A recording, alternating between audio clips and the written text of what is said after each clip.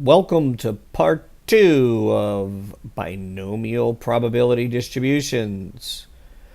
Here's the definition of a binomial probability distribution. And we went over this already in the first part of the video, and this is the second part. So here's the problem that we had, and let's get started. We have a spreadsheet function that takes care of all of this for us. However, we still have to be concerned about static cells and dynamic cells. I'm going to type in equals, and since this is binomial distribution, I'm going to start out with B-I-N-O, and if you see, we have binom.dist. Okay? So I'm going to double click on binom.dist. The first parameter that it wants is the number of successes about which I am concerned. That comes from X, my random variable right here. And do I want that to be static or dynamic? That's right, I want it to be dynamic. I want it to change so I don't put the dollar signs before it. Now, press comma. It's asking for the number of trials. That means n, and always represents a number of things. And for the binomial distribution, it's always the number of trials. You click on that. Now, do I want that to be static or dynamic? That's right, I want that to be static, so I am going to put the dollar signs before each one of those things. Comma. Now I want to click on the probability of success for each trial, in other words, lowercase p. I'm going to click on that, and do I want that cell reference to be static or dynamic? The answer is static also. I don't want it to update as I drag and drop down. For this problem, it's always 0.47. So I'm going to put the dollar signs before that, comma. And now it's asking whether or not I want this to be cumulative. For this column, the answer to that is no or false. One cool thing about spreadsheets is that the number 1 represents true and the number 0 represents false. So in this case, I don't want it to be cumulative, or I want it to be false that it is cumulative. So I'm going to click on that. Or you could type in the word false, or you can just type in the number 0. No matter what you do there, it still should work out to be correct. I'm going to close my parentheses and press enter.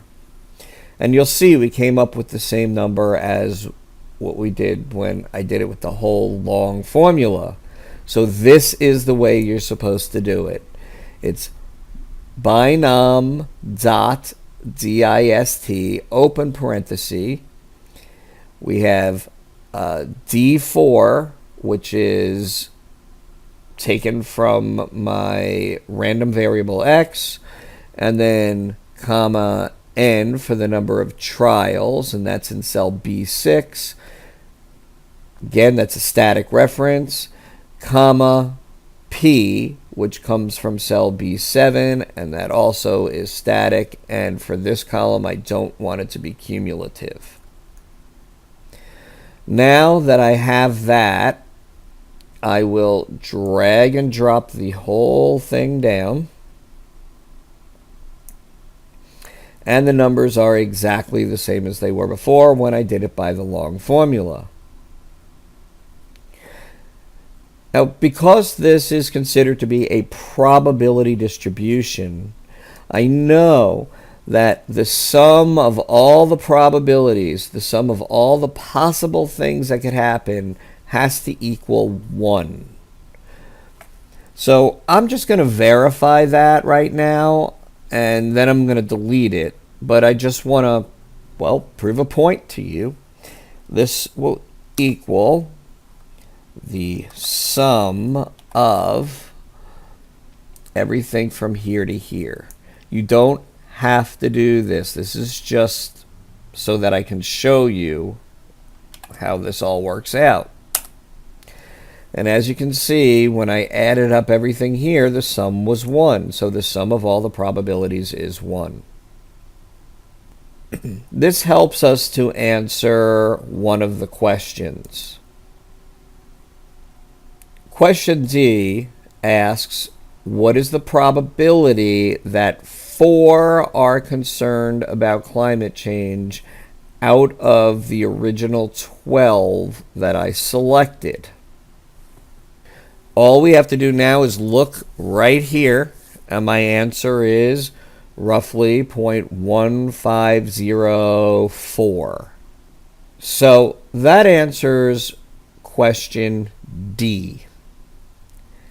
Let's take a look at question E. Part E of this question wants to know the probability that at most 5 are concerned about climate change. So what does that mean? When we say at most 5, the meaning of that is that either 0 or 1 or 2, 3, 4, or 5 are concerned about climate change. So basically, the sum of all of those values would be how we determine the probability that at most 5 are concerned about climate change. Let's go to spreadsheet mode. Here we are in spreadsheet mode, and we have either 0, 1, 2, 3, 4, or 5. These are the probabilities that exactly this number of people are concerned about climate change. Meaning, if I wanted to know the probability that exactly 3 people were concerned about climate change, the probability would be 0.0753 and so on. And we already discussed the probability that 4 people would be concerned about climate change. That's 0.15038, etc. This would be the probability that none of them, out of all 12 of the people that we pick, this is the probability that none of them are concerned about climate change. That's a pretty small number. That's 0.0004. So that's 49. So roughly 0.0005 or 5/10,000ths probability. Well, if I want to know the probability that at most 5, as I've already stated, that's a probability that either 0 or 1 or 2 or 3 or 4 or 5 people are concerned about climate change. We can simply just add all of those up. For example, I can just type in, now don't do this, we have another way of doing it, but for right now, we can say equals sum, open parenthesis, grab the one at 0, go all the way to 5, close parenthesis, press enter. And my answer would be 0.4703 and so on. And that would be the probability that at most 5. If we look up here, this says the probability that x is less than or equal to some big X. That's just the algebraic way of saying that. In other words, that x, my random variable, is less than or equal to, in this particular case, 5. I'm going to delete this that I just put, and I'm going to show you how we actually do this. Now, before I do that, if I said the probability of at most 0 or exactly 0, it's really just the same thing. At most 0, well, there are no numbers in this sort of discrete distribution that would be below 0. You can't have negative one person. Well, in the real world, you can't have negative one person be concerned about climate change. So let me just get right to it. I'm going to type in equals and bin, and we're going to go back to the binomial dist function, just like we used before. It's the exact same one. And again, it's asking for the number of successes. Well, that would come from my random variable column. So in this particular one, the number of successes would be 0. And I want that to update as I drag and drop down. I know this seems exactly the same thing as what we did in this column here, but there is one difference. So I'm going to press comma. And now the number of trials, well, that comes from this cell right here. And I always want it to come from that cell. So I'm going to put the dollar signs because that's a static cell reference. So I put the dollar sign before the B and before the 6. And then comma. And we want to know the probability of success in each trial. So I would click on this cell right here. That's the probability of success on each trial. And do I want that to be static? Yes, because I always want it to come from this cell right here. So I'm going to put the dollar sign before the B and before the 7. And then no comma. And now it's asking me if I want it to be cumulative, just like before. Just like this column right here. But when I did it here, I put false. Cumulative means the same thing as accumulate. In other words, when I say true, yes, I want the values to accumulate up to and including that value. So this time I'm going to type in or just press on true. Then I'm going to close parenthesis. As I told you before, this cell right here and this cell will be the same thing, because if I said at most 0 people are concerned about climate change, or exactly 0 people are concerned about climate change, it means the same thing. So let me go back here, and then I'm going to drag and drop that down.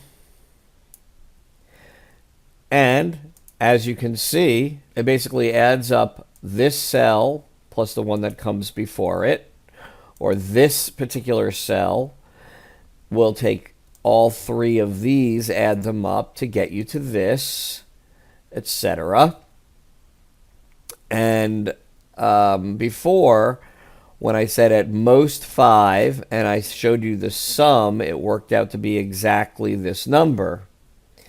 So again, for the probability at most, we would use the last parameter we would set to be as true. If we look all the way down here, we end up with 1. Now, does that make sense? And the answer to that should be yes. That absolutely makes sense. Why does that make sense? Well, it makes sense because we have 12 people. We selected a total of 12 people, and the probability that at most 12 say they're concerned about climate change, well, yeah, that's a probability of 1, because it's either going to be 0 people, or 1, or 2, or 3, all the way up to 12. So, yeah, that's going to be a pretty solid probability. I would bet on that. Let's look at part F. Now, for part F, it says the probability that at least 7 are concerned about climate change. Again, let's think about what that means. At least 7 means 7 or more, or 7, 8, 9, 10, 11, or 12 people would be concerned about climate change. And for this particular problem, we can't go above that 12 because we've only selected 12 Republican voters. So it wouldn't make sense to say that 13 of them were concerned about climate change. So again, for this particular problem, since we're only conducting 12 trials of this experiment, of this binomial experiment, it only makes sense that we can go up to 12. Let's go to spreadsheet mode. Okay, so just like before, I can add them up. Like, for example, if I want to know the probability that at least 7 are concerned about climate change, I can take this cell, add it to this one, this one, this one, this one, and so on. And that would make perfect sense. However, we do have another way of doing that. And that is using what we call in probability and statistics the method of the complements. So the complement of at least 7, meaning 7 or more, complement sort of means the opposite of. It would be 6 or less. So the complement of 7 or more would be 6 or fewer. And quite simply, this number right here gives me 6 or fewer. In other words, it says at most x over here, x is equal to 6. So this would give me 6 or fewer. So since the sum of all the probabilities, remember, for all probability distributions, the sum of the probabilities is always going to be 1. This cell right here, I can say just equals 1 minus, and then I'm going to go to the complement, which is represented just by this cell right here. Then I'm going to press enter. And that would give me the probability that at least 7, meaning 7 or more people are concerned about climate change.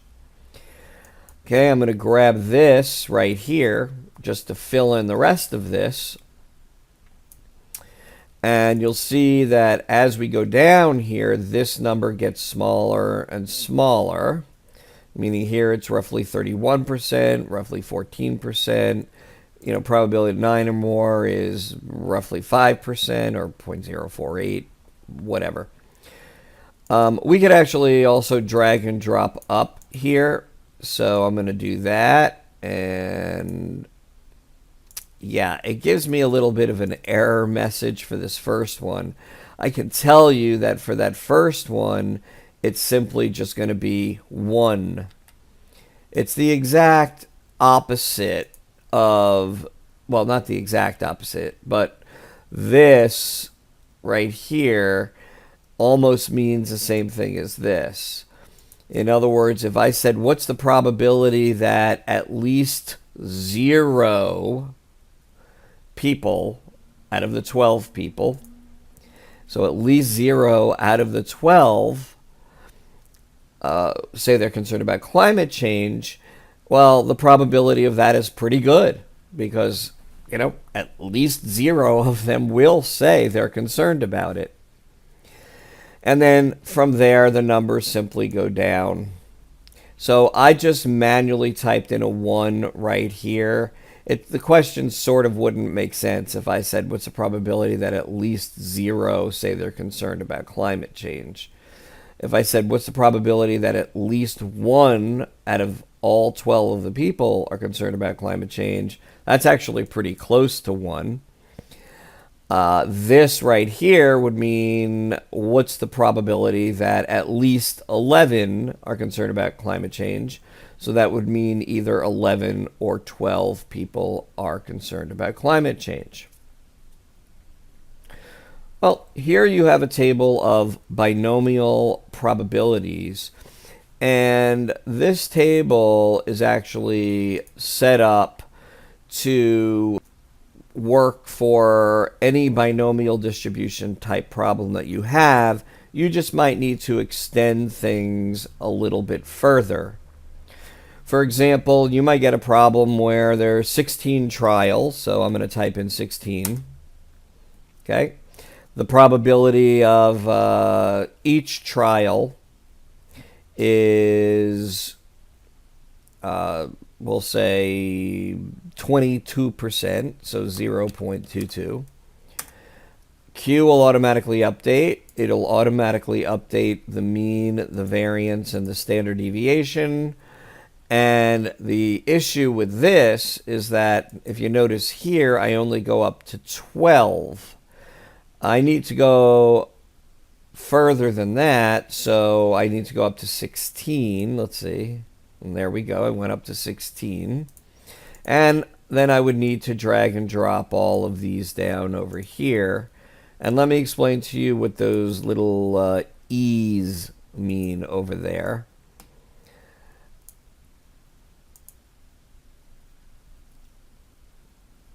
Okay, so this E, this one right here, it means 7.36894, and E means times 10 to the negative fifth. So it means 0.0000736894. Pretty small number. So as this number after E with the minus sign gets larger, this number actually gets smaller and smaller. This means 3.011 times 10 to the negative 11th power. Basically, that's going to be 0.0, and then you're going to end up with 10 zeros and then a 3. It's a very small number. If you ever get numbers like that and you're asked to find the probability and you have something like times 10 to the negative 8th power, essentially you would just type in the number 0, because we're not going to ask you to round at the 100,000th place or beyond. At least usually we don't. Okay, so just keep that in mind, that if you change n, you would have to update all your column information as well. So that's it. That's our lecture on binomial probabilities and binomial probability distribution. And I hope this lesson helped.